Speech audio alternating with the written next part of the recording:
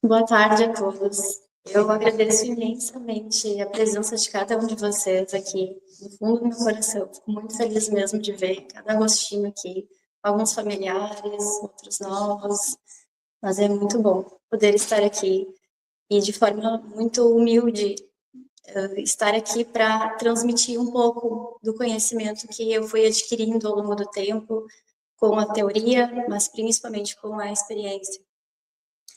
Porque eu sou apaixonada pelo que eu faço, pela psicologia, pela disciplina positiva, e conforme eu fui vendo os resultados ao longo do tempo, isso foi me deixando cada vez mais apaixonada.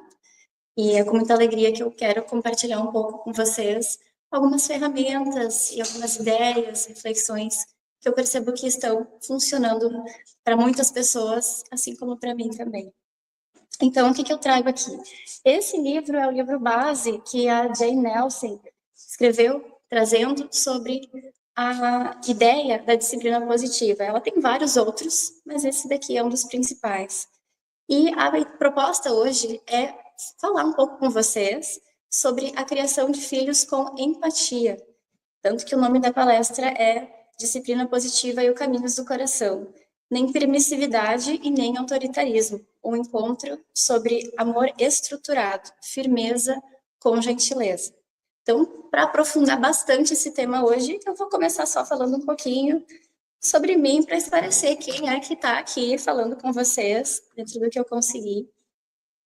Então, eu sou psicóloga há 5 anos, me formei pela FACAT, eu trabalho com a abordagem da TCC, abordagens científicas, mas me formei com a psicanálise, então tenho bastante bagagem teórica de diversas formas. Eu sou esposa, eu sou mãe desse menino querido que está aqui, que é na foto, né, o Thiago, está com 1 ano e 3 meses. Sou aprendiz na disciplina positiva, venho praticando, espírita iniciante, como a Lilian comentou, estou começando aqui na casa e gostando muito.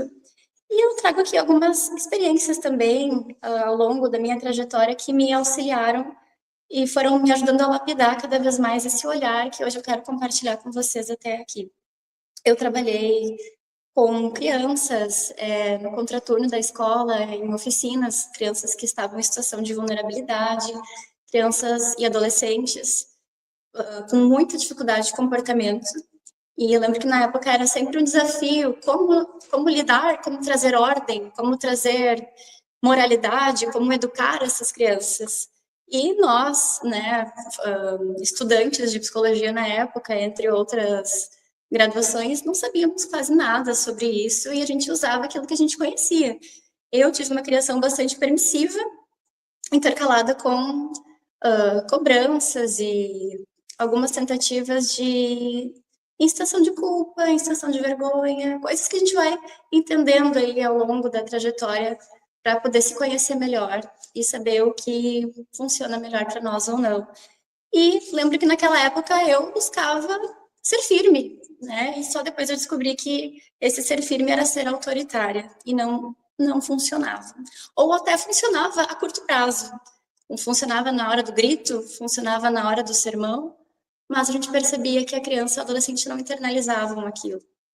E aí eu fui cada vez questionando mais essa postura autoritária e estudando mais para conseguir encontrar outras formas.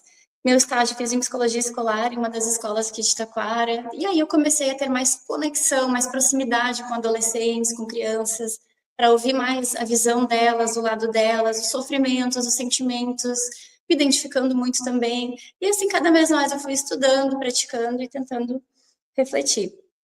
Um dos pontos principais aqui, que acredito que é uma coisa que me ajuda muito também na profissão, que eu quero compartilhar com vocês, que eu acho que é de vital importância, é o CVV, minha experiência como CVV antes de ser psicóloga. Alguém conhece o CVV? Sabe o que é o CVV? Então, o CVV é o Centro de Valorização da Vida. Nós temos tanto a filial ali presencial aqui em Novo Hamburgo próxima, quanto online. Então, para ser voluntário do CVV, era necessário fazer um treinamento na qual nós aprendíamos sobre o humanismo, sobre olhar para a pessoa e não só para o problema que precisa ser solucionado. Aqui a gente aprendeu a validar as emoções, a mostrar compreensão para aquela dor que a pessoa traz para nós. E foi assim que eu fui entendendo um pouco mais que nem tudo é tão prático, nem tudo é tão simples, e algumas coisas precisam de mais conexão, de mais empatia para funcionar a longo prazo. E trabalho, então, hoje com adultos e adolescentes. Então, uma coisa que eu queria fazer um gancho aqui com vocês, eu sou iniciante nos estudos do Espiritismo, mas tenho ouvido falar bastante e começado a ler sobre a Joana de Ângeles. Vocês conhecem a Joana de Ângeles? E tem essa frase que me chamou muito a atenção, que acho que fecha muito com a disciplina positiva, que diz o seguinte: toda repressão gera culpa inconsciente e bloqueio do fluxo do amor. Então, é uma frase que faz a gente refletir sobre o quanto, muitas vezes, nós condenamos certos comportamentos e questões que a forma como a gente vai educar, como a gente vai transmitir alguns conhecimentos pode muito mais gerar consequências negativas do que o que a gente realmente gostaria de estar gerando a longo prazo naquela criança, naquela adolescente. Um pouquinho de psicologia aqui só para contextualizar mais. A personalidade, né? Ela tem vários fatores que geram personalidade. Aqui a gente ouve muito, aquela pessoa é assim porque ela é assim, ela nasceu assim, é o jeito dela de ser, né? O temperamento dela. E, na verdade, eu coloquei essa foto desse interruptor, que lembro que é uma metáfora que um professor uma vez falou. O temperamento, ele é inato. Claro que o espiritismo vai trazer muito mais bagagem até para acrescentar aqui. A gente vem com ímpetos, a gente vem com um certo temperamento mais, às vezes mais calmo, mais brando, às vezes mais ativo, mais irritado, cheio de vontades. Mas é como se tudo isso fosse fosse interruptores que a gente tem. E o que vai definir, de fato, a nossa personalidade, como que a gente vai ser como pessoa, quais são as nossas escolhas, os nossos comportamentos, nossos padrões emocionais e crenças, pensamentos, vai ser muito mais influenciado pelo ambiente, pela criação, ou seja, pela forma como nós pais, nós educadores, como o ambiente trata aquela criança desde pequeno, como o ambiente olha para aquela criança. Como a criança é olhada, vai desenvolver dentro dela como ela se enxerga, o autoconceito que ela tem sobre ela. Então, para não ficar tanta teoria eu falando aqui, que a gente vai ainda fazer essa palestra ser mais dinâmica, eu vou trazer um vídeo para vocês, eu vou abrir aqui rapidinho para fazer um gancho. A gente não sabe o que se passa na cabeça de uma criança quando a gente diz uma certa vai chorar agora. Encolhe esse choro. O que se passa na cabeça da criança? Que ela demonstrar as emoções é tentador. Isso é o que se passa na cabeça da criança. Você sempre tão desastrado, quebrou o copo de novo. Isso destrói a autoestima da criança. E aos poucos ela vai evitar desafios no futuro. Só que repercussões têm frases pequenas. Por que não é como tua irmã? Olha só, eu estou desenvolvendo uma rivalidade com os irmãos e estimulando um sentimento de inferioridade. Isso tudo se passa na cabeça da criança, instintivamente. É claro que a criança não vai verbalizar isso, mas isso se passa na cabeça dela. Seja um menino, faça isso direitinho. Associar olha só isso, associar a bondade com um comportamento pode levar a uma obediência cega, sem raciocínio. Fique quieto, para de incomodar. Isso significa que ele está sentindo que as opiniões dele não são nada importantes. Ele é um cego assim. Você nunca vai conseguir fazer isso. Não adianta a confiança dele. Vai acabar. Gente, quando os meus pacientes com dificuldades emocionais apresentam-se crenças distorcidas, cujas origens estão em experiências como essas. Precisamos falar sobre isso, sim. Bom, por que eu trouxe esse vídeo, né? Para falar sobre isso. Então,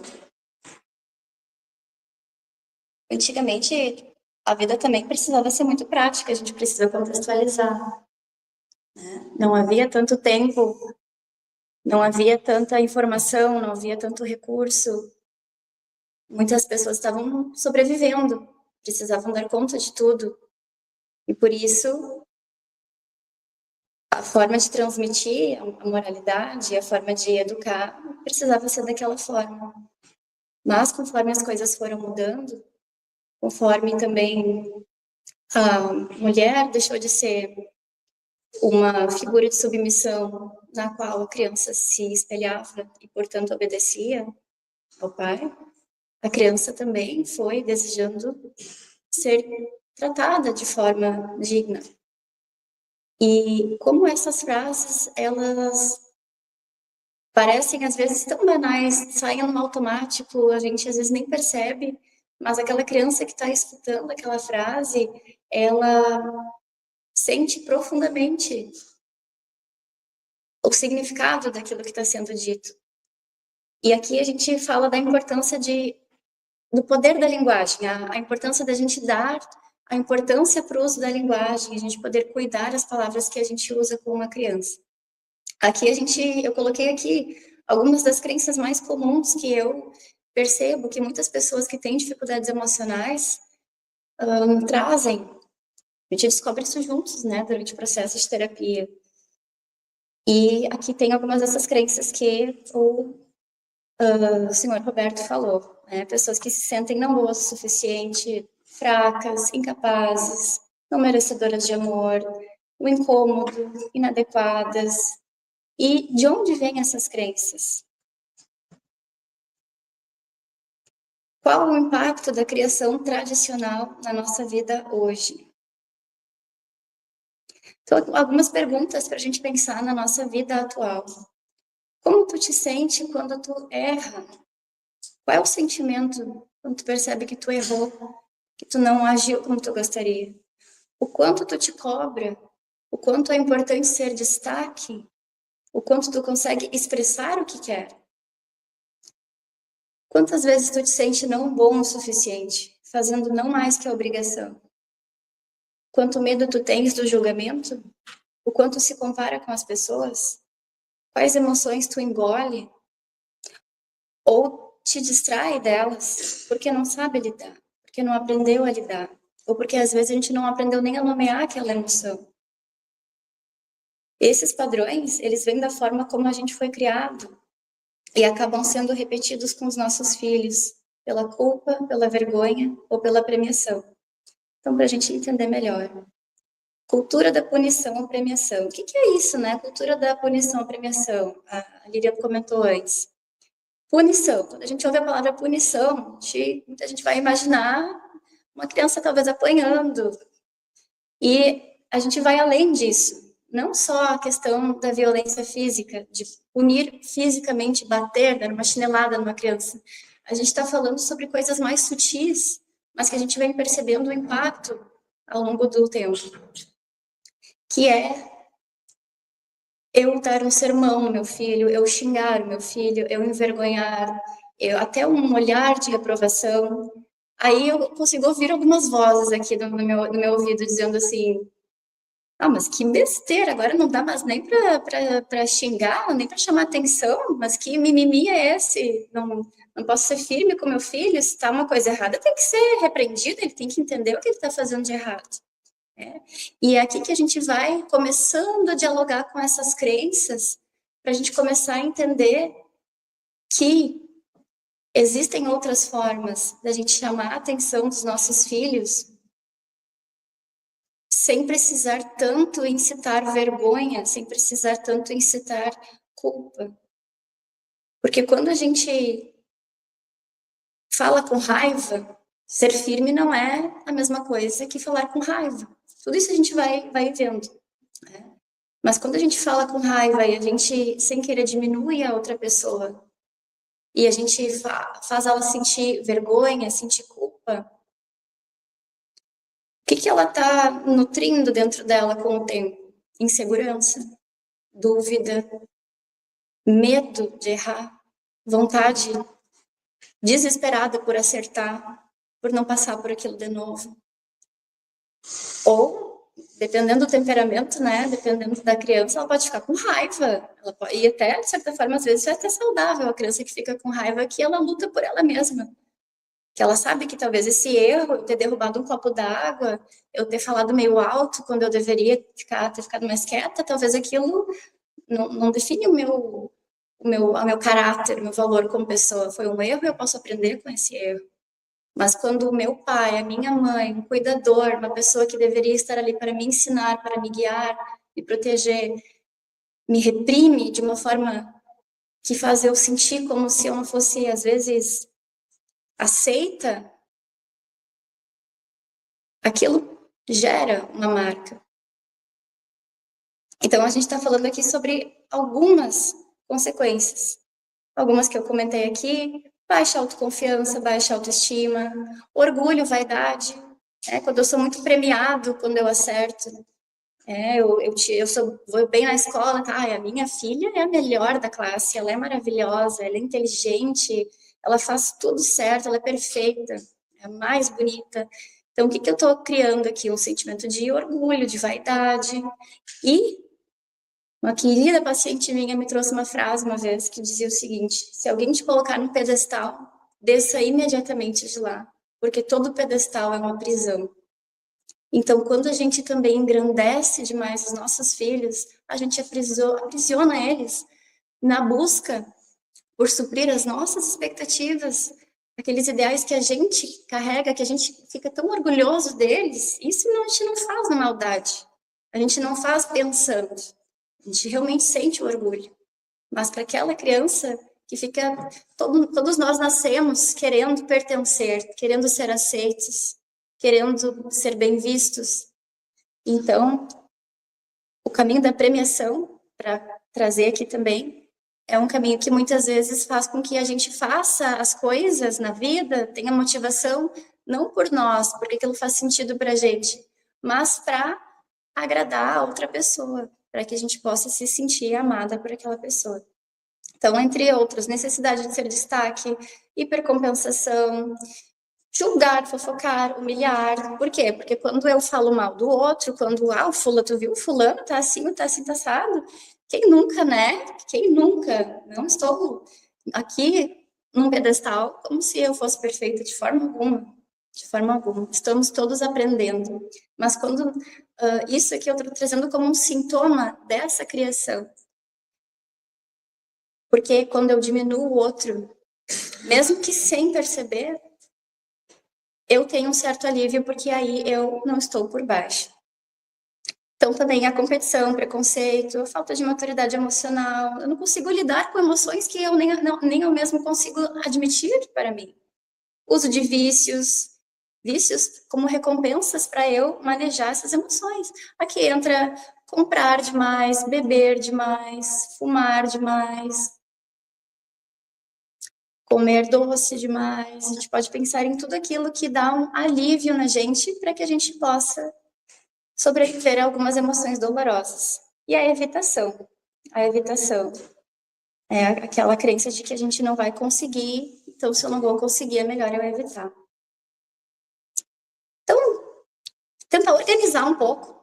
Eu confesso que eu tenho uma dificuldade muito grande de fazer palestra, porque eu tenho muitos raciocínios na minha cabeça e quando eu vou falar, às vezes eu me perco um pouco. Então, vou tentar me guiar aqui para trazer algo um pouco mais claro para vocês. Pessoal, na minha vivência clínica, a crença mais forte que eu percebo nas pessoas, aquela crença é uma coisa que a gente traz inconscientemente. Lá no fundo, a gente nem sabe que tem essa crença. Mas com tanto diálogo, com tantas estratégias para entender o sofrimento da pessoa, a gente começa a entender as cognições, e lá no fundo a pessoa sente como se ela não fosse boa o suficiente. A própria Brené Brown, quando escreveu A Coragem de Ser Imperfeito, fala muito sobre isso. Então, essa é a raiz de muito sofrimento, muita autocobrança. Então, pensando na criação tradicional, a gente tem alguns ciclos aqui. Quando a criança erra e ela ou é humilhada, envergonhada, ela capta uma seguinte mensagem inconsciente na cabeça dela: se eu agir mal, eu sou inadequado. Se a pessoa acerta e ela ganha muito elogio, muita premiação, ela sente a expectativa sobre ela: eu sou melhor que os outros. Então eu preciso manter essa imagem para eu continuar recebendo toda essa admiração. E a gente tem a permissividade, que é quando os pais, numa tentativa muito bonita, talvez, assim, de aliviar o sofrimento da criança, de ver a criança feliz, acaba sendo permissivo, fazendo pela criança aquilo que ela já teria capacidade de fazer por ela mesma. Então, ela não enfrenta desconfortos, ela acaba não aprendendo o que talvez na criação mais antiga era o contrário. Então, tem muitas formas de a gente criar os filhos. E o que seria a solução que a disciplina positiva traz? O encorajamento sem exaltação. O encorajamento sem envergonhamento. O incentivo para desenvolver tolerância à frustração e competências. Essa frase eu achei interessante de trazer. Nós não estamos mais nas cavernas dominando e sendo dominados. Precisamos explorar a nossa racionalidade. Então, a disciplina positiva, aqui a gente tem alguns mitos, né? Isso é mimimi?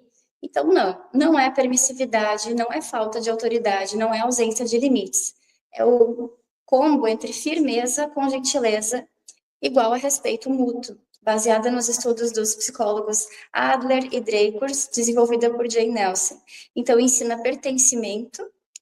Então, a gente vai falar sobre algumas estratégias, mas faz com que a criança se sinta amada, ensina significância, de que ela tem valor, e habilidades para a vida, para que ela possa se sentir capaz de lidar com frustrações e de enfrentar os desafios da vida e persistir nesses desafios.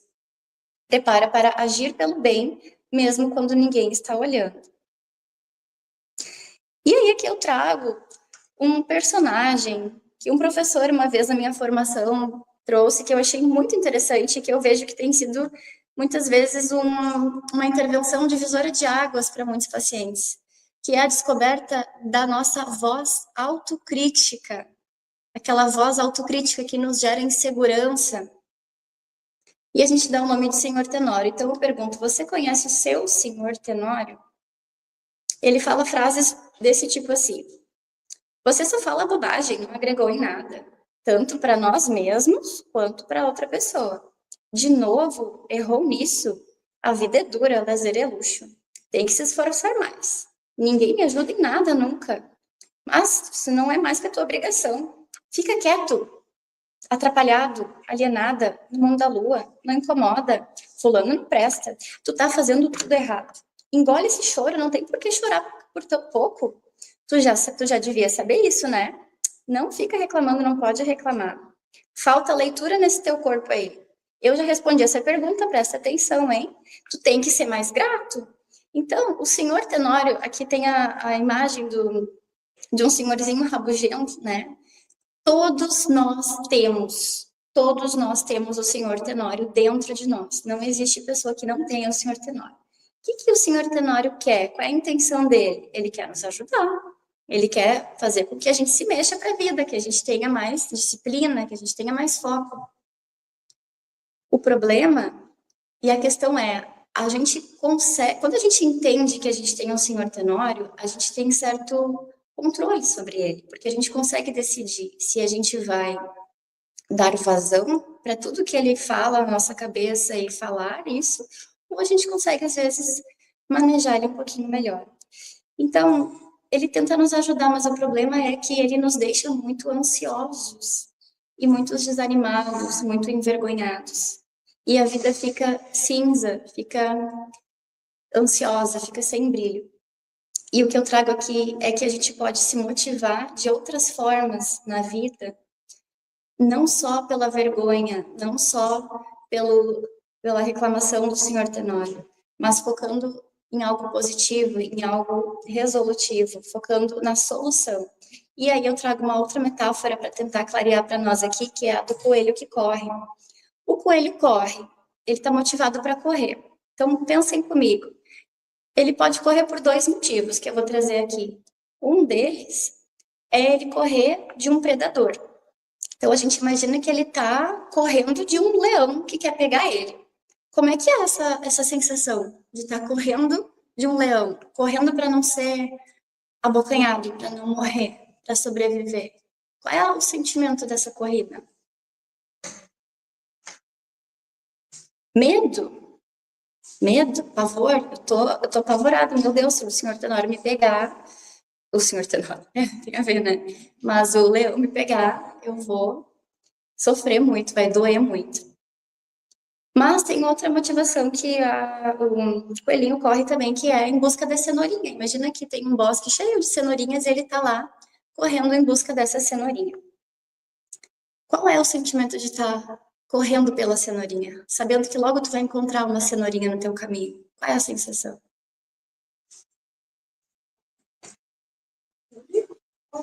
De alegria. Veio até um passarinho visitar a gente. De alegria, de satisfação, de plenitude. Então, isso aqui é para a gente poder pensar, antes de falar sobre como fazer, né?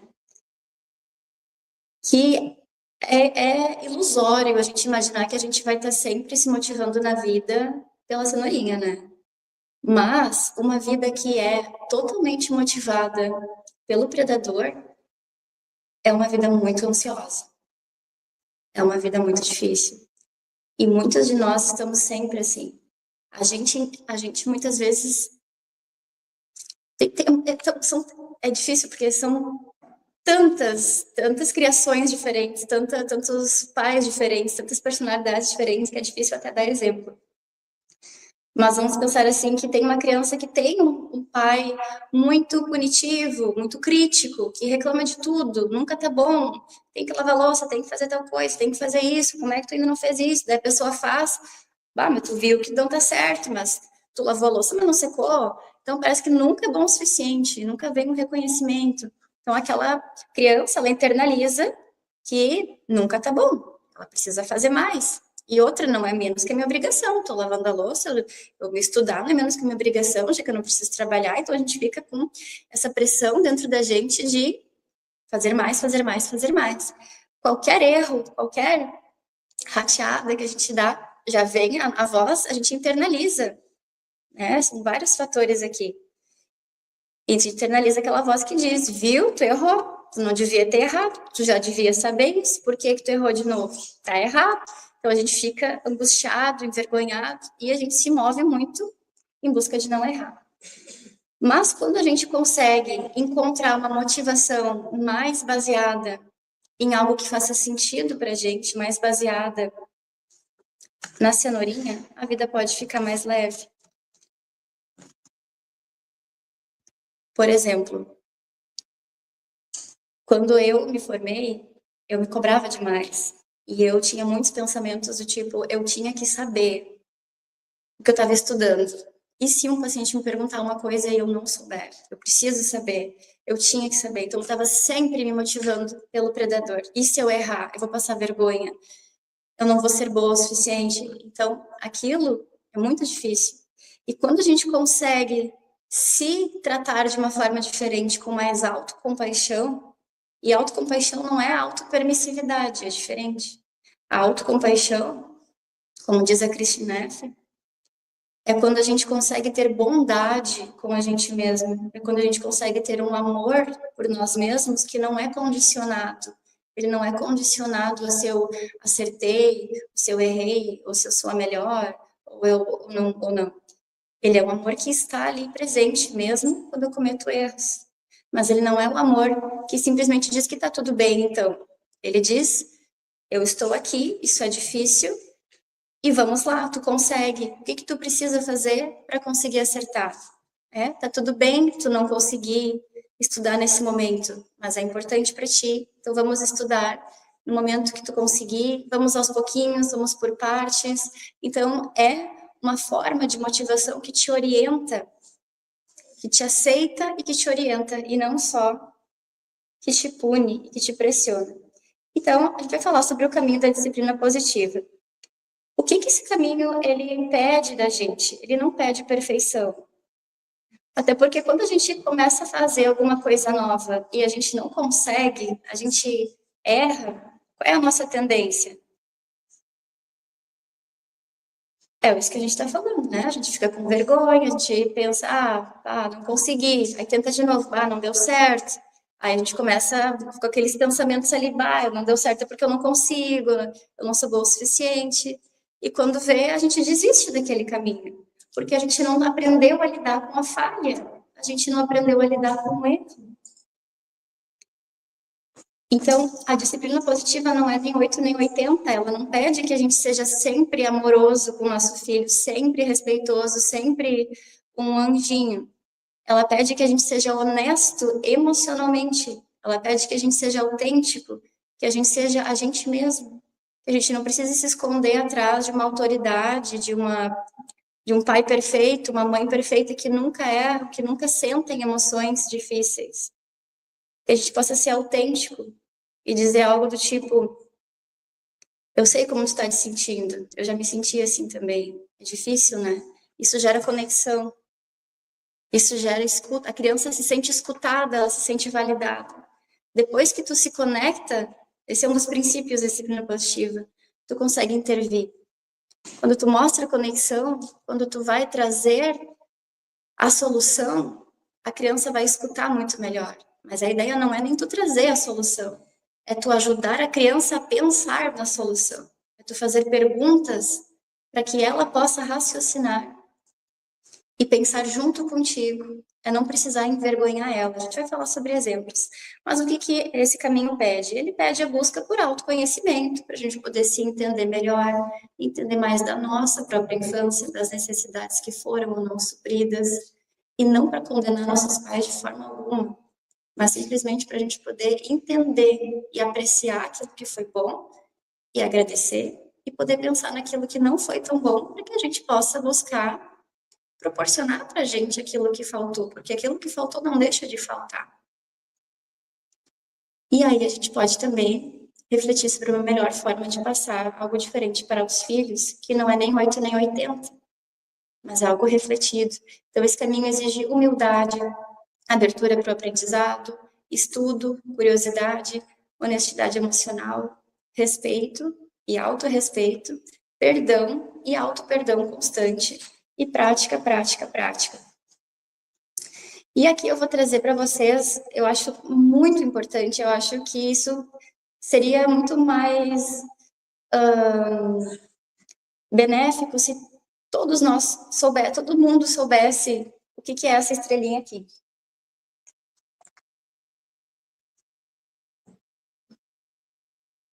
Essa estrela vem das teorias do Jeffrey Young em relação à terapia do esquema. Essa estrela ela vai trazer para nós sobre as 5 necessidades básicas do ser humano, necessidades emocionais básicas.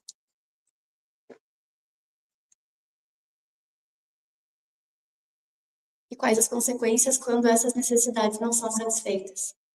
Então vamos começar lá pelo topo. A primeira necessidade, a mais visceral, a que o bebê nasce e sente profundamente, é conexão, vínculo seguro. O colo para o bebê é mais importante que a própria amamentação. Então, a gente começa por aqui, colo não é frescura, colo não é deixar mal acostumado. Colo é uma questão emocional que faz com que a criança se sinta segura, sinta que ela está protegida, que ela não vai morrer. Então, a criança precisa de conexão, de vínculo seguro. Ela precisa de pais que estão ali para ela, que olham para ela, que conversam com ela, que amam ela incondicionalmente. Que quando ela diz, eu tô com medo, eles dizem, eu te entendo, eu sei o que é medo, é difícil sentir isso. Que se conecta, que não diz, não, que besteira, isso vai passar. Não, não tem por que sentir medo por causa disso. A criança que está triste fala, eu tô triste, o meu coleguinha roubou minha borracha. E o adulto que apanhava quando era criança e que passou por milhares de sofrimentos, sabe que uma borracha não é nada, mas ele vai entender que aquele sofrimento é o que ela conhece. E ele não deixa de ser um sofrimento porque tem crianças na África que passam fome. Que sim, é um sofrimento talvez muito maior, óbvio que é muito maior, mas não invalida aquele daquela criança. Então, não é porque eu digo, meu filho, eu te entendo, é ruim quando alguém tira algo de ti que era importante para ti. Mas isso não é vitimizar o filho, isso não é deixar ele fraco por aquilo, porque a gente pode agregar. Mas pensa comigo, o que a gente pode fazer nessa situação? E a gente pode entrar em muitas soluções pensando sobre essa situação, mas o principal vai ser a conexão, o acolhimento. Então, a gente tem aqui a desconexão e a rejeição, que são os sentimentos que a gente sente quando a gente não se sente pertencente, quando a gente se sente rejeitado, seja em casa, seja na escola. A segunda necessidade emocional básica é a autonomia. Autonomia, competência e senso de identidade. Que é aquilo que a criança ela vai desenvolvendo desde que ela é criança, desde que ela é bem pequenininha, quando ela já consegue fazer algumas coisas por conta. Quando ela já consegue, por exemplo, tô trocando a fralda do meu bebê e ele já segura a fraldinha ali, esperando a hora de eu colocar a fralda. Ele lava a louça junto comigo, ele varre o chão junto comigo, do jeito atrapalhado dele, mas ele tá ali fazendo por ele. Ele aprendeu a amarrar o próprio tênis, ele está fazendo as coisas por ele. O conceito de mimar não é dar colo, não é dar cheirinho, ficar juntinho. O conceito de mimar é fazer pela criança aquilo que ela já consegue fazer por ela mesma. Isso é mimar. E quando a gente influencia que o filho tome as próprias decisões desde pequeno, claro que de forma flexível e de forma apropriada para a idade, né? Por exemplo, eu vou comer isso ou aquilo, eu vou para o banho, eu vou levar esse brinquedo ou aquele. E não toda hora, não o tempo todo, não é todas as decisões. É aqui que eu percebo que às vezes é o que dificulta para a gente aprender a disciplina positiva. Essa crença de que precisa ser perfeito. Eu vi um vídeo esses dias que dizia assim, a mulher, ela mostrava a Ivana, né? A Ivana, a maravilhosa Ivana, que fala muito sobre criação de filho saudável. E a Ivana, ela falava sobre a importância da gente estar ali junto com o filho, contemplando o filho, para ele se sentir olhado. E aí trouxeram um vídeo assim, dizendo da mãe que ficou contemplando, e daqui a pouco esqueceu de fazer o jantar e a criança estava com fome. Então, não funciona. A criação saudável, emocionalmente saudável, não funciona. Porque aí eu vou esquecer de fazer o jantar. Então, eu digo, será que não é 880? Então, é isso que eu quero, o que eu mais quero trazer para vocês hoje é isso. Não cair num 8 ou 80. Não cair num tudo ou nada. Ou é uma perfeição, um amor o tempo todo, ou então tem que ser autoritário mesmo, porque senão dá bagunça. A gente saber a arte de encontrar o meio termo. Então, quando a criança ela não tem voz, ela não pode dar a opinião dela, ela não pode decidir alguma coisa, ela não aprende a fazer por conta as coisas que ela precisa fazer, ela tem autonomia e desempenho prejudicados. Ela vai sentindo como se ela não fosse competente, como se ela não fosse capaz, como se ela não fosse dar conta. Ou uma criança, às vezes, que fica muito indecisa, que está sempre perguntando para os pais o que fazer, porque ela não consegue decidir por ela mesma. E a gente tem o terceiro, né, para quem acha que disciplina positiva é permissividade, é muito importante a criança ter limites realistas e autocontrole. E ela tem os limites prejudicados quando isso não acontece. Então, nãos são extremamente importantes. A criança precisa do não.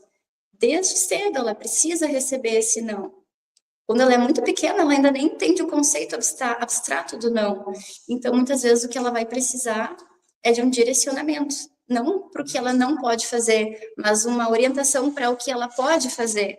Ela está desenhando na parede, né? Eu digo não, porque com o tempo ela vai internalizando. Eu não espero que ela absorva aquilo imediatamente, porque ela está aprendendo, mas eu trago uma folha para ela e digo, ó, minha filha, é aqui que tu pode desenhar, é aqui que tu pode brincar.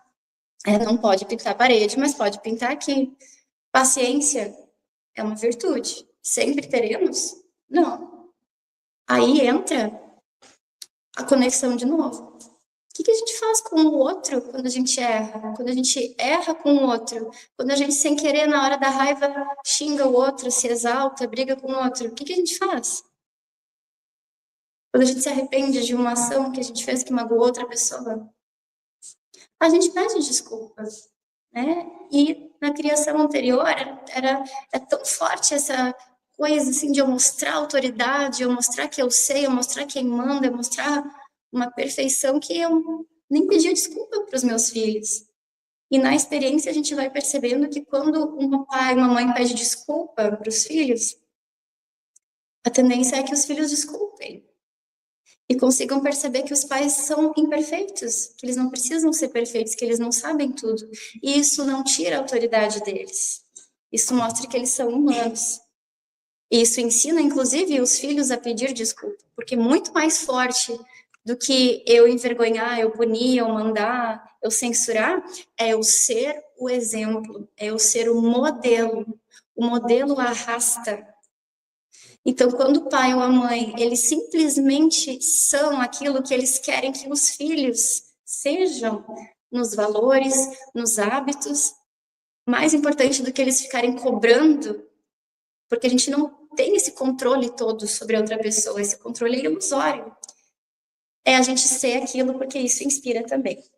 Para terminar, então, essa parte, outra necessidade que a gente tem, pessoal, é a liberdade de expressão de necessidades e emoções válidas. Então, é eu poder falar o que eu estou sentindo, é eu poder expressar a minha opinião, é eu poder falar, eu estou nervoso, eu estou ansioso, eu estou com medo, eu estou alegre, e isso também poder ter uma certa aceitação do meio. É diferente do engole o choro, fica quieto, não quero saber, não quero ouvir, vai para o teu quarto.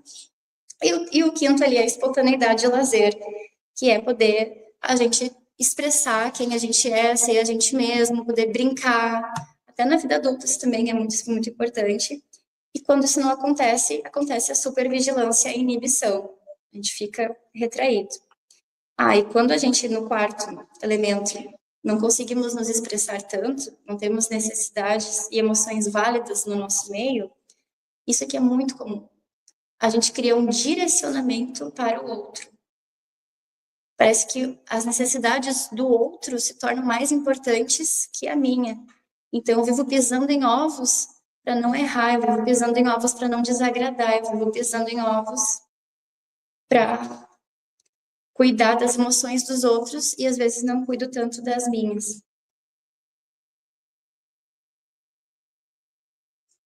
Então, vamos para a prática.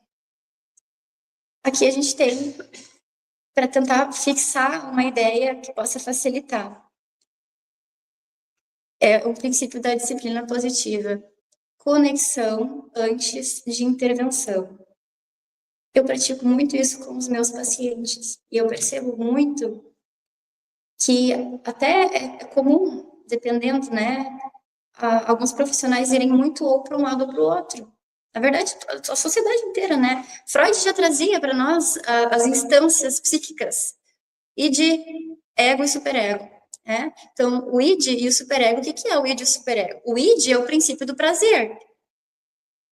Eu sinto vontades, eu tenho fome, eu tenho sede, eu tenho vontade de fazer sexo, eu tenho vontade de agredir. Tudo que me dá prazer está dentro desse princípio do prazer. É o conforto, é o alívio, prazer. E aí a gente tem o superego, que nas teorias psicanalíticas a gente fala que é o princípio da realidade, da moralidade social, o que eu posso, o que eu não posso, o que eu devo, o que eu não devo. Então, às vezes a gente percebe assim, de várias formas, por exemplo, pessoas que estão muito para um lado ou para o outro. Ou muita permissividade, doce, tela e brincadeira, e não tem regra, e faz o que quer, e não tem horário para nada, e tudo é um oba-oba. E a criança lá dentro tá toda desestruturada, ela não sabe bem, ela tá viciada até nessas coisas. E a gente tem o princípio da realidade, né? Que são as normas sociais que Freud trazia.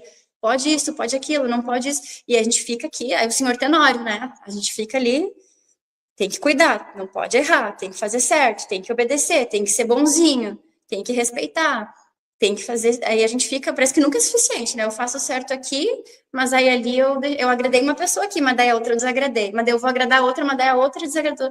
Nunca é bom o suficiente. E aí o próprio Freud, que em 1800 lavava pedrada, traz para nós o ego. O ego é a instância que vincula o id com o superego, é a instância que faz conversar esses dois senhores e agradar os dois senhores. Então, até no espiritismo a gente vê muito, eu estou aprendendo, sou uma humilde aprendiz do espiritismo, mas eu vejo muito a questão de cuidar excessos, mas não de uma privação total de um autossacrifício absoluto. Então, aqui eu trago a importância da gente poder flexibilizar. A psicologia traz muito a importância da flexibilidade. Nem 8, nem 80. Eu quero tomar sorvete, eu não preciso tomar sorvete todo dia, mas eu posso tomar o meu sorvetinho lá no final de semana. Então, a gente poder ter rotina, ter ordem, ter estudo, trabalho, coisas produtivas, né, para criança, para adolescente ter ali os limites realistas para que ele possa crescer e ser alguém, mas também flexibilizando com coisas que vão agradar, né, a instância do prazer dele. E isso é o que a gente chama de humanizar. Então, aqui, formas práticas para a gente pensar sobre o poder da linguagem, né? Como a forma como nós falamos molda o que o outro acredita sobre si mesmo e sobre os outros. Então, a gente tem exemplos aqui de falas que desencorajam, como, por exemplo, tu nunca ajuda, né? A pessoa tá ali e a criança tá no tablet, está no celular, e daí o pai e a mãe, tu nunca ajuda. Aí, aqui eu vou fazer mais um adendo. O que acontece? Muitas vezes acontece. A criança, ela é pequenininha e ela já tem capacidade de aprender coisas. E aqui eu falo uma coisa muito importante. Tudo é hábito. Quem nós somos, o que nós fazemos, tudo é hábito. É hábito de pensamento e é hábito de comportamento. Então, uma criança que desde pequenininha ela não aprende, sei lá, a lavar a louça, ajudar com a louça todos os dias, ou ela não aprende a dormir no quarto dela, assim que possível, ela está criando um hábito de como as coisas são. O que é o comum, né? A criança, ela não foi incentivada a aprender aquilo. Ou ela até foi um pouco mandada. Tem que fazer. A criança, ela não entendeu por que aquilo é importante, ela não sentiu prazer naquilo ali, então ela não aprendeu. Daí é mais prático, né? Na vida corrida, a mãe vai lá e faz, o pai vai lá e faz, e a criança fica ali no quarto, vai se alienando, vai se desconectando, e daí os adultos na correria resolvem as coisas, a criança vai e fica no mundo dela, aí de repente a criança vira adolescente. Aí a gente olha a criança, nossa, é um marmanjo que não sabe ajudar em casa, é um marmanjo que não sabe lavar a louça, é um marmanjo que... E aí a gente se dá conta, bah, mas... Aí a gente cobra, né? Mas como assim que tu não ajuda? Mas como assim que tu... Mas a gente ensinou desde pequenininho a criar esse hábito. E aí o que acontece? A gente começa a cobrar, a gente começa a mandar.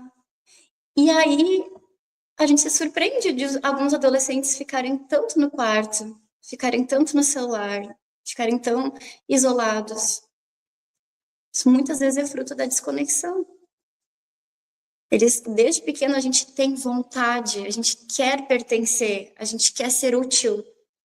Vou trazer o exemplo aqui tem uma paciente que, preservando totalmente todo o sigilo possível aqui, mas eu acho muito interessante, né, de trazer, ela tem uma bebê recém-nascida e ela tem uma filha de 3 anos. E essa filha de 3 anos, quando a irmã mais nova nasceu, ela regrediu completamente. O que é super normal. É porque quando tem uma criança mais velha e nasce a mais nova, a criança mais velha perde a atenção, perde um pouco daquilo que ela antes ela tinha como filha única.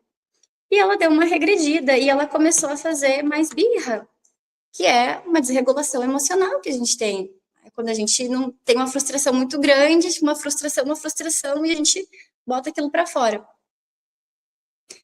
Aí tanta coisa para falar que eu me perco no raciocínio, mas vamos lá. E aí, a gente começou a conversar, né? O que fazer agora? Porque toda vez que eu tô fazendo almoço aqui e ela quer, não quer esperar, ela começa a gritar, ela começa a esbravejar porque ela quer, na hora que ela quer e tal. E eu falo, filha, espera que não tá na hora. Aí ela para um pouquinho, mas eu tô com fome. E ela faz de novo, começa a gritar e chorar. Filha, não tá na hora, filha, não sei o que, filha. Fala 10 vezes, com calma, paciência, bonitinho. Na 10ª, ela já não aguenta mais. Ela estoura, mas eu já te falei, por que tu não espera? Tu não vê o que eu tô fazendo? O que a gente tá entendendo aqui? Na hora do grito, resolve. Até lá, vai falando, não resolve. Né? Então, é aqui que entra a disciplina positiva, para estratégias, para a gente usar a nossa racionalidade, a nossa inteligência, para a gente se pôr no lugar da criança. Isso é empatia, para pensar o que ela precisa naquele momento. Ela precisa de firmeza, mas ela também precisa de acolhimento. E o que faz uma criança se distrair daquele caos emocional que ela está sentindo naquele momento, que ela está com vontade de comer e não está bem na hora. E ela tem que aprender a manejar aquela emoção, aquela vontade. Fala para ela te alcançar a esponja. Fala para ela, né, traz ela aqui, ó, filha, faz aqui comigo, vem aqui, filha, me traz tal coisa, me busca tal coisa. E assim a criança foi fazendo. Uma semana, pararam as birras, pararam a tentativa ali, né, dela conseguir mais a atenção da mãe, porque ela começou a se colocar como útil. O outro exemplo foi ela ter parado de usar, foi ter voltado a usar fralda, ela já tinha desfraudado. E aí ela começou a usar fralda de novo. Por quê? Porque eu quero ser como a minha irmã mais nova. A minha irmã mais nova recebe atenção, carinho, acolhimento exclusivo da mãe, então eu quero ser como ela para receber tudo isso. E aí o que a gente foi trabalhando? Confia na capacidade dela de gerenciar ali os esfínteres, vamos lá, e ao mesmo tempo traz a identificação dela contigo e menos com a menina nova. Então, aos poucos, ela foi assim, ó, filha, a mãe tá indo fazer xixi, vamos fazer xixi também? Olha como é que a mãe faz. E daí, aos poucos, você tá fazendo xixi que nem a mamãe, né? Então, assim, a criança vai também se identificando com o crescimento que ela já estava, mas ela deu essa regredida. Então, é assim que a gente vai entendendo sobre o que a criança precisa para que a gente consiga encontrar as estratégias para ajudar ela melhor. Então, a firmeza, ela está em dizer o não, ela está em dizer o que pode, o que não pode, em conduzir, mas não necessariamente em envergonhar. Então, um exemplo aqui de uma fala que desencoraja é dizer, tu nunca ajuda. E uma fala que encoraja é dizer, eu preciso da tua ajuda agora. A fala que desencoraja é dizer, ela foi bem na prova, ela é muito inteligente. Ela pega as coisas rápido. Espera para quando ela não conseguir pegar uma coisa rápido para ver como ela vai se sentir. Uma farsa, muitas vezes. Né? Então, aqui a gente encoraja o esforço e não o resultado, e não o rótulo inteligente. A gente encoraja o esforço, porque o esforço, a pessoa tem controle sobre o esforço. Tu já devia saber, eu já te ensinei. Isso aqui é muito comum. A criança pergunta. Já tinha que saber isso aqui, já te falei. Né? Então, validar que se a criança está perguntando é porque ela está com dificuldade. Algumas coisas são difíceis, né? Vamos tentar de novo, juntos, até tu pegar o jeito. Eu estou aqui contigo. O outro, ele está com dificuldade, está tentando amarrar o tênis. Deixa que eu faço. Vem, vamos tentar aqui comigo, vamos tentar juntos. Não pensa assim, esse aqui é clássico, não só para crianças, né? Mas a gente ouve um desabafo de alguém e a gente pensa, a gente fala, não pensa assim, pensa positivo, pensa que vai dar tudo certo. A gente nem escutou a pessoa direito, a gente nem se conectou com o que ela está sentindo. A pessoa se sente incompreendida e também sente que ela está incomodando, que ela não devia estar sentindo assim, né? Que ela está reclamando, sendo negativa. Então, a gente se conecta com o que a pessoa está sentindo. Eu te entendo, eu vejo que tu tá com medo, porque essa apresentação é importante para ti. Então, o teu medo faz sentido. Tu já conseguiu passar por algo assim antes? Ó, aqui, isso aqui, na TCC, a gente chama de questionamento socrático. É uma pergunta estratégica que faz com que a pessoa acesse uma memória para ela conseguir pensar e questionar aquele pensamento dela, né? Por exemplo, ela tá dizendo, eu não vou conseguir. E aí tu ajuda ela a pensar, será que não? Que evidências tu tem de que tu não vai conseguir? E de que tu vai conseguir? Tu já tem alguma evidência? Tu já conseguiu alguma coisa parecida antes? Ah, eu já consegui. Ah, então quem sabe esse ano eu vou conseguir também. O que que te ajudou? Vamos pensar juntos em formas de tu se acalmar e se preparar. Então aqui tu não diz o que a criança tem que fazer, tu não fala, né? Faz isso, faz aquilo, tu não faz por ela. A gente não tem esse controle todo sobre o outro. Muitas vezes a gente precisa de conexão para criar um solo fértil para a criança se sentir à vontade de estar com a gente, né? E agregando aqui para que na hora que ela cometer um erro também, que ela não fuja da gente, que ela corra para a gente, que ela saiba que ela é aceitável mesmo quando ela erra, para pedir a nossa ajuda, para a gente conseguir auxiliar. Não como se a gente fosse envergonhar ela, mas estando do lado dela para compreender ela. Quantas vezes que a criança faz algo e a gente já aconteceu tal coisa, viu? Tu fez errado, viu? Não sei o quê. E às vezes a gente só, o que aconteceu? Me conta mais detalhes. Escuta. O mundo tá tão corrido, tá tudo tão caótico, a gente não para se escutar, a gente escuta uma pessoa já pensando no que vai responder. Então, às vezes, o que falta é essa conexão. E o ponto é que muitas vezes falta essa conexão da gente com a gente mesmo. E é aí que entra, muitas vezes, esse processo de autoconhecimento, um processo, por exemplo, de uma psicoterapia, mas algum processo que faça a gente poder pensar no que aconteceu com a gente, não de uma forma ruminativa, não de uma forma vitimista, não de uma forma que fica cavocando em feridas do passado, mas que a gente possa realmente, de forma realista, perceber que talvez a forma como muitos de nós fomos criados, talvez não tenha sido a melhor forma. Talvez a gente dizer assim, eu apanhei e não morri. Tá, tu não morreu, tu sobreviveu. Tu quer que teu filho, então, seja um sobrevivente de uma criação violenta? Ou tu quer que teu filho seja uma criança extraordinária? E não extraordinária como destaque, não extraordinária como melhor que os outros, mas simplesmente que seja ele mesmo, que seja feliz, que faça coisas na vida que façam sentido para ele. Então, para a gente poder ser o melhor pai e mãe que a gente puder, eu acredito fortemente que esse caminho começa da gente com a gente.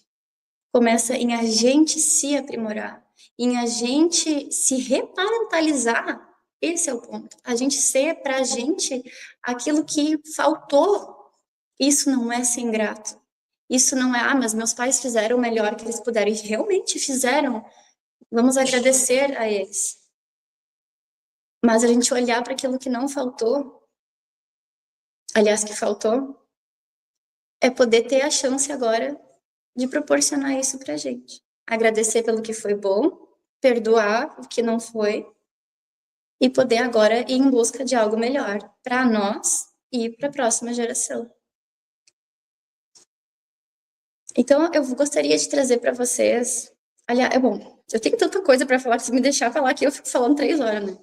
Mas também gostaria de escutar, né, as dúvidas de vocês, de poder falar um pouquinho com vocês. Mas antes, eu gostaria de guiar vocês em uma técnica vivencial, que da minha experiência tem transmitido um pouco desse sentimento de resgate, dessa conexão de nós mesmos com a nossa criança interior, que muitas vezes a gente perdeu ao longo da vida. Sabe, tem uma frase acho que é um poeta, Rumi, ele aparece no livro da Christine Neff sobre autocompaixão, que diz assim, não é bem assim, porque eu não decorei a frase, tá? Mas é algo assim, a nossa tarefa não é buscar o amor. A nossa tarefa é entender quais foram os bloqueios que nós criamos contra o amor ao longo do nosso desenvolvimento, para que aí a gente possa desbloqueá-los e permitir esse amor estar aqui dentro. Então, muitas vezes, quando a gente tem dificuldade de escutar uma criança que está com alguma dor emocional, que está errando, que seja, e que precisa de uma orientação, porque crianças precisam de orientação, é porque a gente não está conseguindo nem admitir na gente aquele sentimento que a criança está mostrando nela. Que a gente não consegue nem aceitar na gente um erro que a gente está vendo que a criança está cometendo naquele momento. Então, quando a gente muda a relação com a gente mesmo, quando a gente entende que a gente é humano, que nós temos emoções, nós temos raiva, culpa, medo, inveja, ansiedade, tristeza, e é diferente sentir isso, de alimentar isso, mas inevitavelmente nós vamos sentir, a gente consegue entrar em um caminho de humanização, de auto-humanização, de conexão com a gente mesmo, de auto-perdão, para que a nossa vergonha não seja tão grande a ponto de nos bloquear. Para que a nossa vergonha seja só mais uma emoção entre as outras. E dessa forma a gente realmente consiga se permitir sentir as coisas e ainda assim aprender a manejar essas emoções. E ser mais humano, ser mais humilde, ser mais conectado com as pessoas ao nosso redor também. Então, essa técnica, eu gostaria que se vocês puderem, se vocês se sentirem confortáveis, quem quiser, que possam fechar os olhos nesse momento. Vocês possam fechar os olhos e buscarem uma posição confortável aí na cadeira onde vocês estão, que vocês possam relaxar o corpo de vocês e respirar fundo, puxando o ar pelo nariz e soltando pela boca, lentamente, sem pressa, se permitindo estar presente nesse momento aqui. Isso é prática de mindfulness. Vocês estão focando na respiração de vocês e estão deixando de alimentar pensamentos. Se vier qualquer pensamento nesse momento, o que tem para fazer depois, sobre o que eu falei, sobre qualquer coisa, deixa esse pensamento de lado, deixa esse pensamento ali e foca a atenção na respiração de vocês, no ar que entra e no ar que sai, nas sensações do corpo de vocês. E agora eu vou pedir para que vocês pensem em vocês quando eram crianças. Que vocês pensem na versão de vocês lá de 5, 6 anos, quem sabe. Que vocês pensem aí internamente como eram essa criança. Como era essa criança? Quem você era? Que aparência você tinha com 5, 6 anos? Conecta com essa imagem da sua infância. Pensa aí, do que essa criança gostava de brincar? O que alegrava essa criança? Qual era a brincadeira favorita que essa criança gostava de fazer? Como era a sensação dessa brincadeira? Tô vendo o rosto de satisfação aqui, pensando. Com quem que essa criança gostava de estar? Quem era a pessoa preferida dessa criança? Onde é que tu gostava de passear quando tu era essa criança? Quais são os lugares que tu gostava de frequentar, de ir? O que te deixava feliz? O que te fazia rir? Peço que tente se ver fazendo algo que tu gostava muito, que tu se conecte com o prazer que tu sentia naquele momento. Como que estava o teu corpo nesse momento? Como que tu se sentia? Tu consegue sintonizar com a energia dessa criança que tu foi, nessa brincadeira que tu tá imaginando? Sentir as emoções que ela estava sentindo? Perceber a pureza, a alegria dela?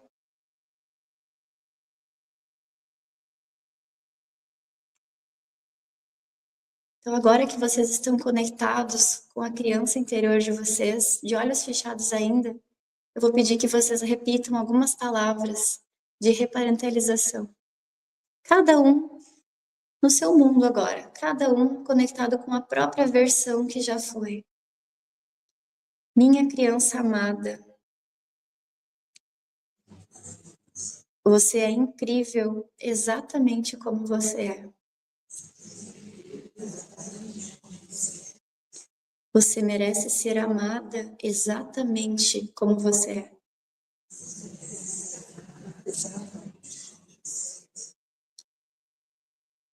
Você merece ser respeitada.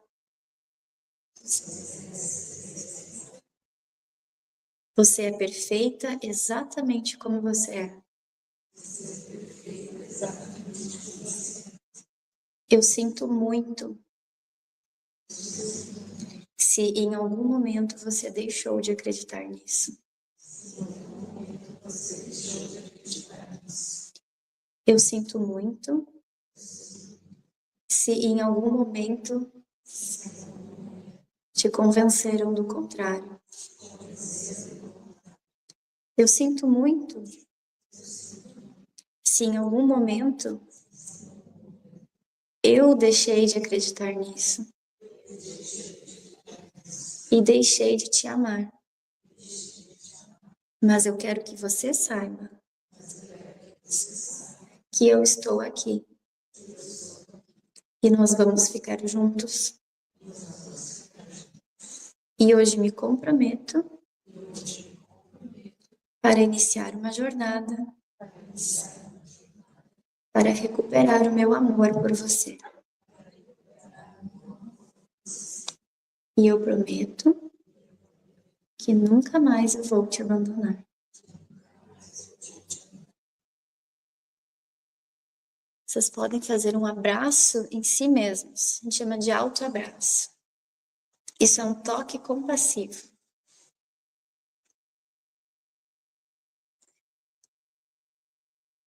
Pensem na criança que vocês foram. Pensem na alegria genuína. Vinde a mim as criancinhas, porque delas é o reino de Deus. Por que a gente carrega tanta vergonha, tanta culpa, tanta repressão? A gente pode aprender juntos. Tá todo mundo aprendendo. Ninguém é melhor que ninguém. Quando vocês terem medo de errar de novo, quando vocês terem medo de serem pais imperfeitos, lembrem desse momento. Lembrem da criança que vocês foram e que ainda está aí dentro e que merece todo esse amor incondicional que vocês podem proporcionar para ela, para vocês mesmos. E que quanto mais vocês se conectarem com esse amor próprio incondicional, mais vocês terão para entregar para os seus filhos também. E tudo é aprendizado. Essas estratégias, essas ideias, tudo é aprendizado. A gente vai estudando aos poucos, pegando uma ideia aqui, outra ali. Ninguém precisa saber tudo. A gente erra, a gente falha, a gente tenta de novo. O mais importante é vocês serem pais conectados com seus filhos. A Jane Nelson resume isso no fim de tudo. É a conexão. O aprendizado é aos poucos.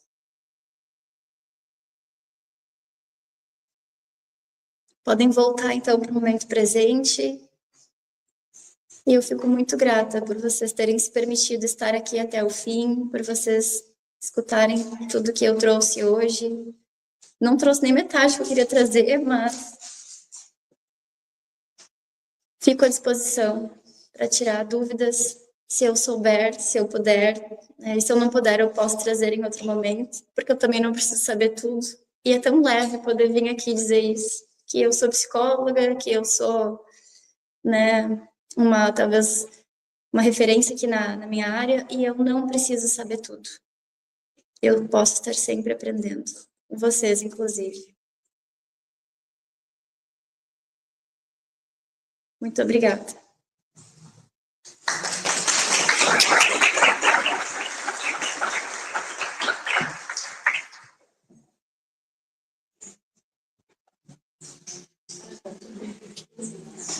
Dúvidas? Comentários, sugestões, feedbacks?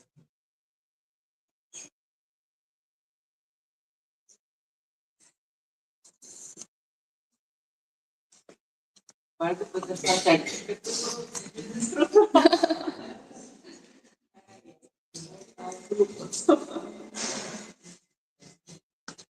Eu fiz questão de trazer essa técnica, sabe por quê?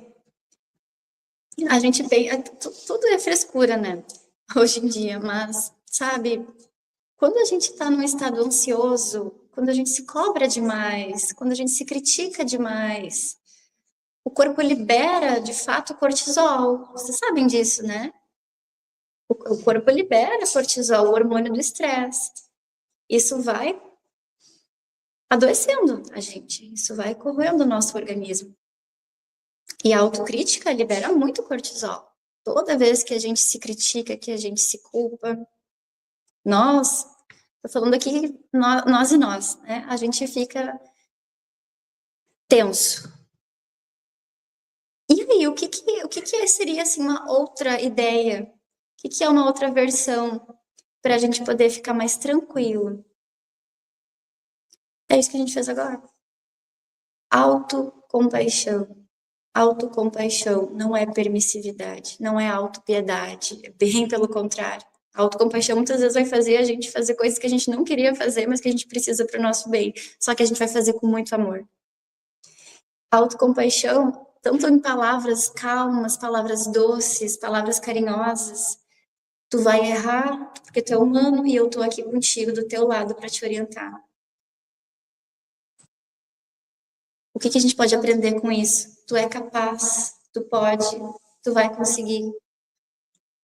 Tudo isso libera, sabe o que no corpo? Não é o cortisol que libera, é a ocitocina.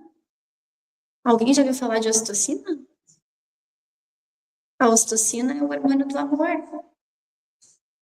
É o hormônio da conexão, do vínculo, é o hormônio que a gente sente quando a gente está seguro. É o hormônio que a criança sente quando está no nosso colo.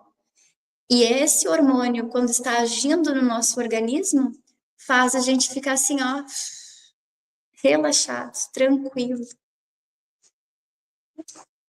A gente se sente seguro, a gente se sente amado. Então, uma outra sugestão para a gente poder se reestruturar um pouquinho mais é abraçar. Vocês abraçaram vocês mesmos, agora a gente pode abraçar a pessoa que está do lado. O que vocês acham?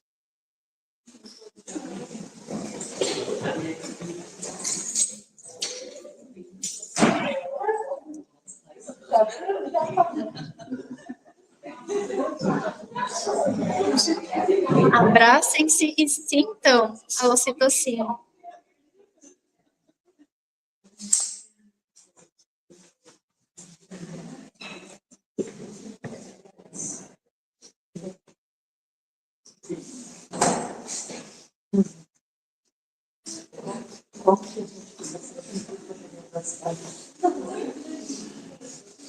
Qual é a sensação desse abraço que vocês estão se dando? Qual é o sentimento? Qual é a sensação desse abraço? Abraçar desfaz um monte de coisas. É verdade. Vale mais do que 1000 palavras esse abraço. Assim foi.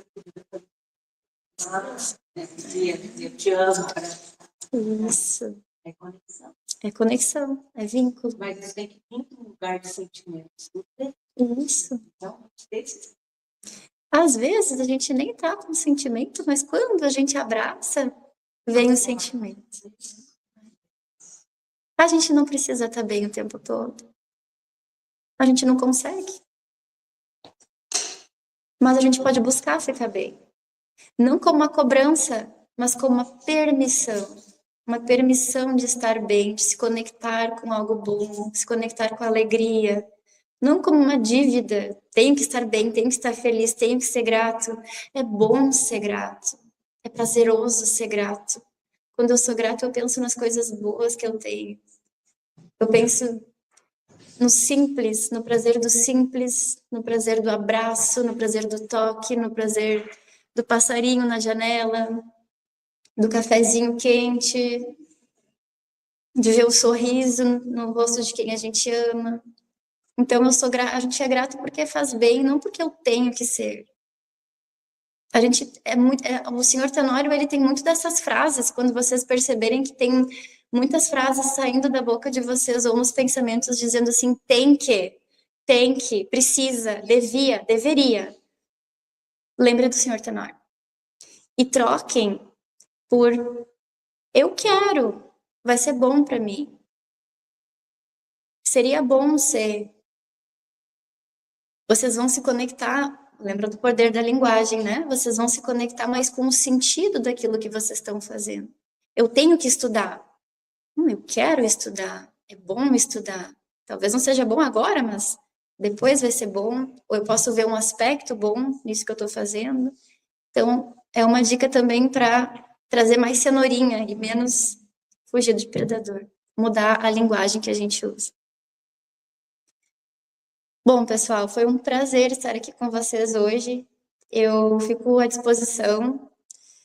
E se vocês quiserem fazer algum comentário, falar, né, o que vocês acharam de tudo isso, eu sinto que eu trouxe muita coisa. Eu sou nova nesse mundo de fazer palestras, eu não sou acostumada com isso, quero fazer mais para poder transmitir um pouco mais essas questões, mas eu ainda estou aprendendo. Então, às vezes eu me perco um pouco no raciocínio, eu falo demais, mas eu vou aprendendo com o tempo. Mas se vocês tiverem algum comentário, alguma sugestão, ou tiverem alguma pergunta para me fazer também, o que vocês quiserem, eu fico à disposição.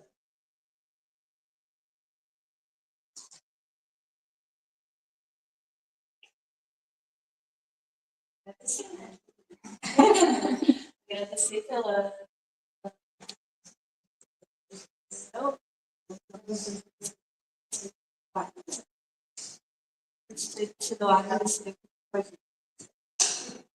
Ai, o prazer é meu.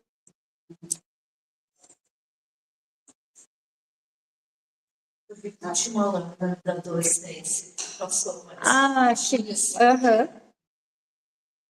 Uma filha adolescente, né, 13 anos, e essa dificuldade hoje em dia, né, com as células, trabalhar com psicologia positiva. Eu acredito. Acredito, a tela ela se torna um vício também, né? É bem desafiador. E aqui é uma dúvida até que a Lilian trouxe, eu acabei não lembrando mesmo de comentar, porque quando os filhos vão ficando mais velhos, na adolescência, na idade adulta, a gente vai percebendo que a gente não tem tanto controle sobre eles, né? Muitas vezes os filhos vão estar sedentos por exercitar aquela necessidade emocional básica. Dá para ver, não? Da autonomia, do sentido de identidade. Isso aqui aflora na adolescência imensamente. E quando, muitas vezes, isso eu falo com todo o carinho do mundo, porque como pais, ainda mais nas últimas gerações, nós não tínhamos informação, a gente não sabia tudo isso. Muitas vezes a gente faz o melhor que a gente pode com o que a gente recebeu e ainda faz muito. Mas a gente, às vezes, não aprendeu a trabalhar esse senso de autonomia, senso de identidade nos nossos filhos. E às vezes, o filho vai se desconectando da gente, vai buscando outras pessoas ou outros lugares em que ele se sente mais escutado, valorizado. Isso estou trazendo como exemplo, tá? E aí, o mundo é cheio de tentações também, né? Muita dopamina, telas, Instagram, redes sociais, o sentimento de destaque, de admiração, as curtidas, os likes, e a gente vai se perdendo também nesse mundo das redes sociais. E a gente vai se alienando das conexões que realmente importam. E na adolescência a gente fica perdido. E aí a gente encontra essas coisas e começa a se isolar um pouco mais. Então, o que fazer? não tem uma receita pronta, uma receita de bolo, um caminho fácil. Mas uma coisa eu digo com muita firmeza aqui: forçar é pior. Tentar controlar, tentar reclamar, tentar. Tu só tá no quarto, mas tu não cobrar, né? A palavra é cobrar, só afasta mais. Então, muitas vezes, para a gente conseguir de novo uma conexão que pode ter se perdido ao longo do tempo, a gente vai precisar ter mais paciência e buscar essa conexão aos poucos. Conversando quando conseguem, criando oportunidades, sem se magoar. Muitas vezes a gente se magoa, a gente fica com aquela sensação quase como o nosso filho devesse algo para nós, devesse gratidão, devesse estar do nosso lado, depois de tudo que a gente fez, todas as noites mal dormidas, né? Toda a nossa doação. Nossa, outra que na adolescência é extremamente comum. Isso, essa busca pela identidade, por pertencimento grupal em outros lugares, é super normal. Mas acho que um ponto que pode ajudar aqui é isso, é não levar para o lado pessoal no sentido de, ele não quer a minha companhia. Não, é normal da fase. Mas o que eu posso fazer também para me aproximar desse adolescente? Sem deixar também de colocar as regras da casa, sem deixar de, né, ter tudo que precisa ser feito de uma forma amorosa, de uma forma firme, constante. Então, eu sinto que eu posso falar muitas coisas, mas eu não sei exatamente qual é a questão para poder focar melhor, mas espero que possa estar ajudando. Acho que o caminho muito é disso, é do diálogo, é da conversa, é que depende o caso, né? Na psicologia a gente sempre fala, tudo depende o caso, depende a pessoa, depende muita coisa. Muitas vezes o diálogo é a melhor ferramenta, e o diálogo ele se perde quando a gente traz a raiva, quando a gente traz a cobrança, quando a gente acusa a outra pessoa, a gente perde a conexão. Daí entra de novo, né? Toda a repressão bloqueia o fluxo do amor. Se eu trago já num diálogo cobrando, tu devia, tu tinha, olha o que eu fiz, a pessoa tá bom, tá, desculpa, tá ali, tá, e bota o fone de ouvido e vai pro quarto. Então, para a gente se conectar com o filho, a gente precisa ser honesto emocionalmente, escutar o que ele está sentindo, falar o que a gente está sentindo. Conexão exige tempo, exige esforço, exige honestidade emocional. Quando falamos sobre pacientes, a gente sente mais necessidade. Eu tenho um de 10 e um de 15. Eu estou nos dois juntos, né? A menina falou da menina quando veio agora, né? O meu menino disse que a armadeira era um tsunami na vida dele. Passou e levou tudo. Mas já foi chamado de tsunami porque ele e hoje, quando eu falei para ele, olha, eu vou estudar. Ele explica depois quando uma palestra. Eu mostrei o post. Aí eu olho com a veia, mãe, estava fácil também. Agora que o adolescente tem que procurar ajuda. Olha só a experiência que na vida a gente sempre tem que procurar. Ótimo. Não, eu, vocês, todos nós. Por que não? Porque eu não sei tudo. Ótimo. Aí ele vai ser assim, me tirando, né? É. Sim, isso. Mas tem que ser rápido, tem que ser. Eu vou fazer. E só para, né, e como isso pode ser leve, essas brincadeiras, assim, pode ser uma coisa de espontaneidade, de leveza, de brincadeira, porque é isso, e que bonito isso de tu poder, não, filho, eu não sei tudo, eu vou aprender, eu sigo aprendendo, porque isso dá permissão para o filho fazer a mesma coisa, é um valor que ele leva, eu não preciso saber tudo, se eu não souber eu pergunto, se eu não souber eu estudo, eu vou atrás. Diminui a pressão e aumenta até a persistência, né? Pode falar. Tenho uma de 13 anos e 4 meses e uma de 17. Na 17 tem a irmã. Hoje, antigamente, ajudava-se a criar os irmãos. Hoje se diz assim, ó, não pode deixar essa responsabilidade para ela. Eu evito muitas coisas de passar para ela. E quando, no período curto, ela precisa cuidar da irmã, gera muita briga. Sabe? Aí a gente deixa ela cuidar da irmã para criar responsabilidades, ou vai poupar ela, porque não é a obrigação dela. A gente não sabe o que faz. É difícil, né? Aí eu vou dizer de novo, que é isso que eu, no meio assim da fala, eu fiz um paralelo. Ó, isso aqui eu acho que é a crença que mais dificulta nós pais hoje em dia. É informação para os dois lados, brigando entre si, e a gente não sabe qual lado ir. E aqui, de novo, entra a conexão e a flexibilidade. Não é nem 8 nem 80, não é nem tudo ou nada.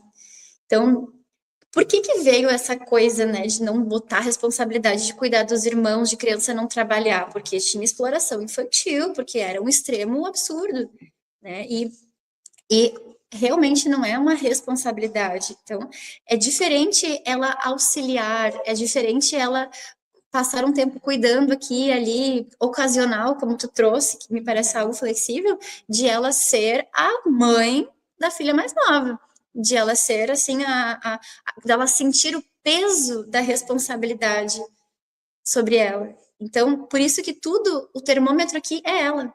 O termômetro é conversar com ela, é saber como ela está se sentindo, como é aquilo para ela, e envolver a ela numa atividade que é apresentada não de uma forma penosa, não de uma forma tu tem que ajudar, tu tem que, mas de uma forma que ela, isso aqui é muito, como é que eu não falei disso? Mas é tão importante isso, o reforço positivo de quando a criança faz algo legal, algo que é valoroso, quando a criança ajuda, quando a criança é útil, é mais importante. Esses momentos são cruciais.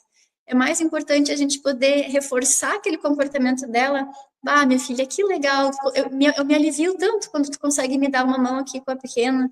Ah, isso foi. Tu é muito útil, tu é muito prestativa. Que bom que tu me ajudou com isso aqui. E convidar ela para perceber as coisas boas. Tu vê como é o nome da pequena? Tu vê como a Malu gosta de ti, né? Tu vê como a Malu olha pra ti quando tu tá cuidando dela. É tão bonito ver vocês duas brincando juntas. A gente fala, parece uma coisa tão banal, mas para aquela adolescente que tá escutando isso, para aquela criança, ela tá. Aqui entra, ó. Deixa eu achar aqui. Aqui entra o autoconceito. Quem sou eu? Né? Então, ao invés daquela. Como é que é o nome da mais velha? A Melissa. A Melissa, em vez dela estar recebendo frases do tipo. Tu devia ser grata, tu devia me ajudar mais, isso não é menos que tua obrigação, eu já tô te dando o mínimo para tu ajudar aqui, eu já nem te cobro muito. Então ela tá ouvindo, eu sou ingrata, eu não sou boa o suficiente. Então, não, tu tá dizendo, que legal quando tu ajuda a tua irmã, tu é tão útil, tu é tão prestativa, isso me alivia, né? Então tu foca nas coisas boas, tu reforça essas qualidades, e com o tempo ela vai despertando o desejo por aquilo. Tem uma metáfora para eu trazer para vocês bem interessante, que é a metáfora dos lobos.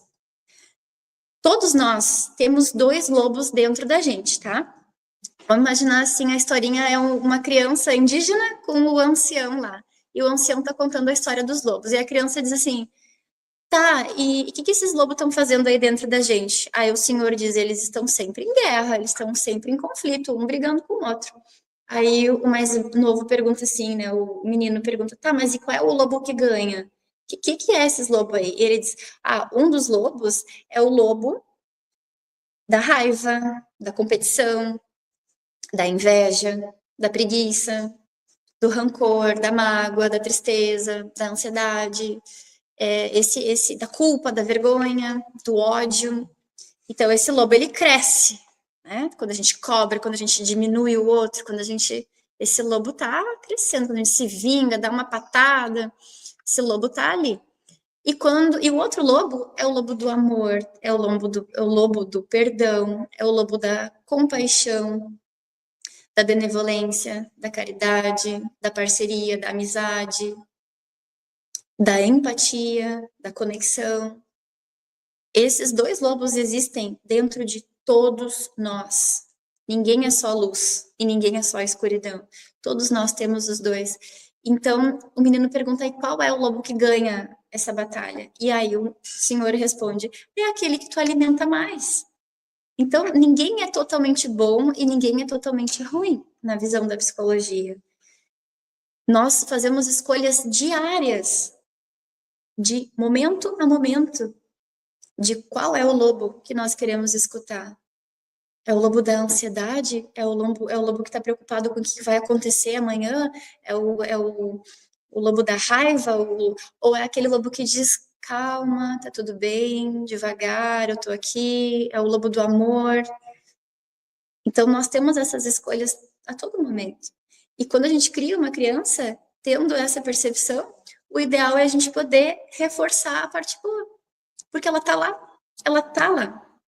E quando a gente dá muito valor para a parte ruim, a Jane Nelson fala que o mau comportamento, ele é fruto da desconexão. Uma criança muitas vezes vai se comportar mal porque ela está tentando, de alguma forma, receber algum tipo de atenção, de destaque, que ela não está conseguindo de outras formas.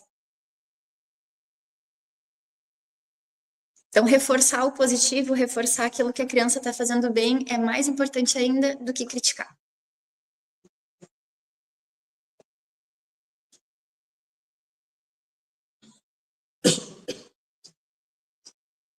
Mais alguma dúvida?